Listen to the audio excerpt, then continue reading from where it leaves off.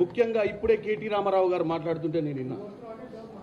KT Ramarao గారు ముఖ్యంగా మీరు చెప్పాల్సిన విషయం ఏంటంటే, మీరు జూబ్లీ హిల్స్ ఎన్నిక ఒక రెఫరెండంగా చూడాల్సిన అవసరం ఉందని తెలంగాణ సమాజానికి చెప్పిండ్రు. మరి ఇప్పుడు మీరు ఓటమి ఒప్పుకొని జూబ్లీ హిల్స్ ఎన్నికలల్లో రెఫరెండం ఏందో చెప్పాలి.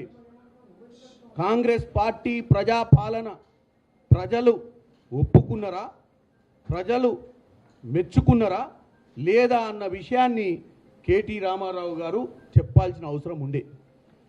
కేటీ రామారావు గారు కేవలం కంటోన్మెంట్ నుంచి 3వ స్థానం నుంచి జూబ్లీ హిల్స్లో వచ్చినటువంటి 2వ స్థానానికి ఆనందపడిపోయి ఇవాళ ప్రెస్ మీట్ పెట్టినట్టుకుంది. ఆయనే చెప్తుండు రబ్బర్ బంతి గురించి.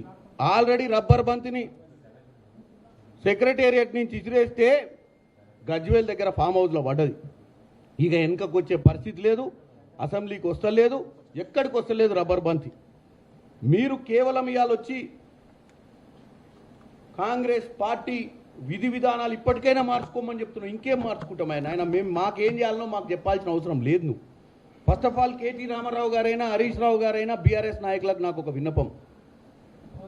ఈ రాష్ట్రం 2014లో మొట్టమొదటిసారిగా ప్రభుత్వంలోకి వచ్చిన తర్వాత 10 సంవత్సరాలు మీరు అధికారంలో ఉన్న విషయాన్ని మీరు మర్చిపోతుర్రు. 2 దఫాలుగా మీకు ప్రజలు ఓట్లేసిరు, 2 దఫాలుగా మీరు ఎన్నో విజయాలు సాధించిరు ఇదే ప్రజల మన్ననల మేరకు. ఎందుకు? మీ మీద నమ్మకంతో ఆ రోజు మిమ్మల్ని పదే పదే గెలిపించినటువంటి పరిస్థితి తెలంగాణ ప్రజలది. మిమ్మల్ని నమ్మిర్రు. తెలంగాణ ఉద్యమంలో మీ నాయన చెప్పిన మాటలు నమ్మి ఆ రోజు మిమ్మల్ని అధికారంలోకి తెచ్చిరు. మరి 10 ఏళ్లలో మిగులు రాష్ట్రాన్ని అప్పుల రాష్ట్రం చేసిన విషయం తెలంగాణ ప్రజలు గమనించే మిమ్మల్ని 23లో ఓడగొట్టిరు. 23 ఎన్నికలతో పాటు అది మొదటి ఓటమి మీది. 2వ ఓటమి పార్లమెంట్ ఎన్నికలలో గుండు 0 ఇచ్చారు. 3వది కంటోన్మెంట్లో 3వ స్థానం ఇచ్చారు. 4వది జూబ్లీ హిల్స్ ఎన్నికలు. ఇంకా కూడా మీరు వచ్చి ప్రెస్ మీట్ పెట్టి తెలంగాణలో కాంగ్రెస్ పార్టీ వైఖరి మార్చుకోవాలి, తెలంగాణ ప్రజల గురించి ఆలోచించాలని చెప్పాల్సినటువంటి పరిస్థితి మాకు వినాల్సిన పరిస్థితి, చెప్పే స్థాయి మీకు లేదు.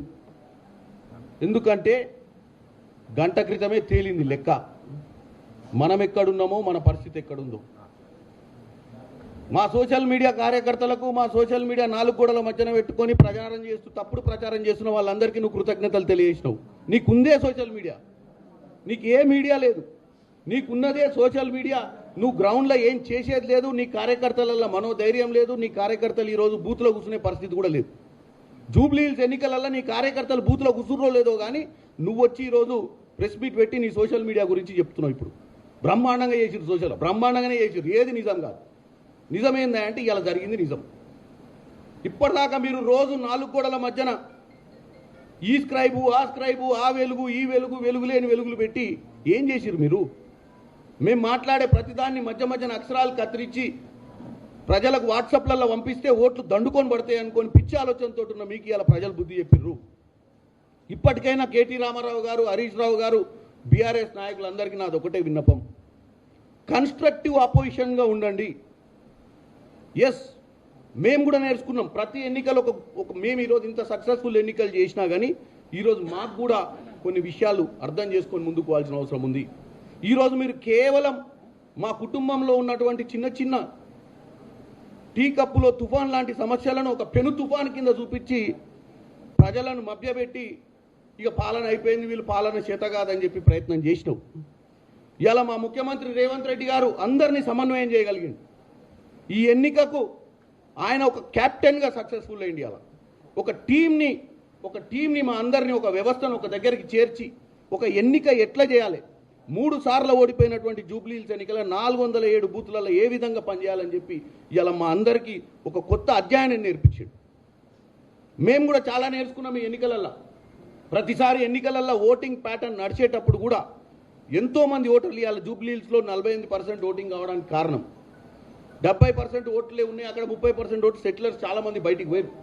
ఇవాళ ఎక్కడెక్కడైతే కాంగ్రెస్ ఐడియాలజీతోటి మేము కనెక్ట్ అయిన ఓటర్లను ఎట్టి పరిస్థితుల్లో ఓట్లు వేయించుకోవాలని మా యొక్క బూత్ కమిటీ సభ్యులు ఆ యొక్క బూత్కు సంబంధించినటువంటి బూత్ కమిటీ సభ్యులే ఒక్కొక్కరు 50-60 ఓట్లను పంచుకొని వాళ్ళు ఇంటింటికి పోయి దండం పెట్టి మీరు కాంగ్రెస్ పాలనను మీరు మెచ్చిర్రు మాతో చెప్పిర్రు, ఇప్పుడు వచ్చి మీరు ఓటేయకపోతే ఇది తప్పుడు సంకేతం పోద్దని చెప్పి బూత్ మేనేజ్మెంట్ చేసిర్రో దాన్ని మేము ఈరోజు బూత్ కమిటీ సభ్యులందరినీ ఈ నియోజకవర్గంలో ఉన్నటువంటి బూత్ సభ్యులందరినీ కూడా నేను ఇలా మనస్ఫూర్తిగా కాంగ్రెస్ పార్టీ తరఫున అభినందిస్తున్నా.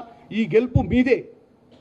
కాబట్టి కేటీ రామారావు గారు, మీరు ఇది ఒక్క ఉప ఎన్నికనే అంటున్నావు ఇందాక ప్రెస్ మీట్లా, ఒక్క ఉప ఎన్నికకే గింత చెమట వచ్చి గింత పరిశాన్ అయ్యారని. ఒక్క ఉప ఎన్నిక కాదు కేటీఆర్ గారు, గతంలో 3వ స్థానంలో వచ్చిర్రు మీరు కంటోన్మెంట్లా, అంతకుముందు గుండు సున్నా వచ్చింది పార్లమెంట్లా, అంతకుముందు 23లో మిమ్మల్ని ఫామ్ హౌస్కి తరలి పంపిర్రు, ఇంకా కూడా మీరు నమ్మట్లేరు. ఇప్పుడు ఎక్కడో వెస్ట్ బెంగాల్లో ఏదో రాయికి జరిగినటువంటి జడ్జిమెంట్ గురించి చెప్తున్నావు పతివత మాటలు. అసలు ఈ యొక్క సంస్కారం మొదలైందే మీ దగ్గర నుంచి. ప్రజాస్వామ్యం ఉండొద్దని, కాంగ్రెస్ పార్టీ ఉండొద్దని, ఏ పార్టీ ఉండొద్దని, తెలుగుదేశం పార్టీలో గెలిచిన వాళ్ళు ఉండొద్దని, అన్ని పార్టీలను అసెంబ్లీకి రానియొద్దని, అసెంబ్లీలో ఏకపాత్రాభినయమే చేయాలని కోరికతోటి మీరు ఈ రాష్ట్రాన్ని దోచుకోగలిగారు. ఆ రోజే కనుక ప్రజాస్వామ్యంలో అపోజిషన్ కరెక్ట్గా ఉంటే ఈరోజు మేము 38 మంది మీరు అపోజిషన్లో ఉర్రు. మీరు చేయాల్సిన పని చేస్తలేరు. ఆ రోజు అపోజిషన్ లేకుండా మీరు ఏదో చేసిరో అపోజిషన్ నుండి కూడా మీరు ఇలా అపోజిషన్ పార్టీ నాయకుడు కేసీఆర్ గారు మరి అసెంబ్లీకి వస్తలేడు.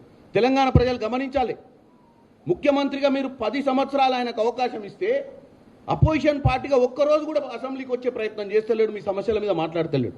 మీ సమస్యల మీద ఎవరు మాట్లాడుతుర్రా అంటే సోషల్ మీడియాలో మాట్లాడుతున్నారు. ఎవరైనా సోషల్ మీడియా మాట్లాడంటే కిరాయోళ్ళు.